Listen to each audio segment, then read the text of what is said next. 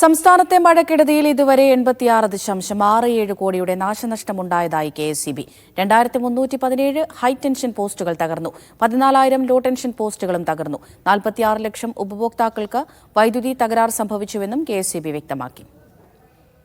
RB Sanoop വിവരങ്ങൾ നൽകാനായി ചേരുന്നുണ്ട്. സനൂപ്, കാലവർഷം തുടങ്ങിയിട്ടേ ഉള്ളൂ, വലിയ നാശനഷ്ടമാണോ ഇതിനോടകം റിപ്പോർട്ട് ചെയ്യുന്നത്?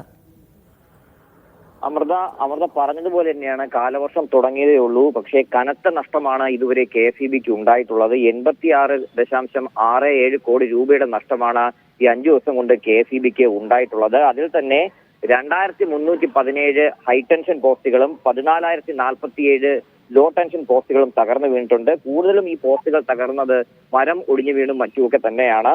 46,12,993 ഉപഭോക്താക്കൾക്കാണ് വൈദ്യുതി തകരാർ സംഭവിച്ചത്. ഇതിൽ തന്നെ 40,05,699 ഉപഭോക്താക്കളുടെ വൈദ്യുതി തകരാർ മാത്രമാണ് പുനഃസ്ഥാപിക്കാൻ കഴിഞ്ഞിട്ടുള്ളത്.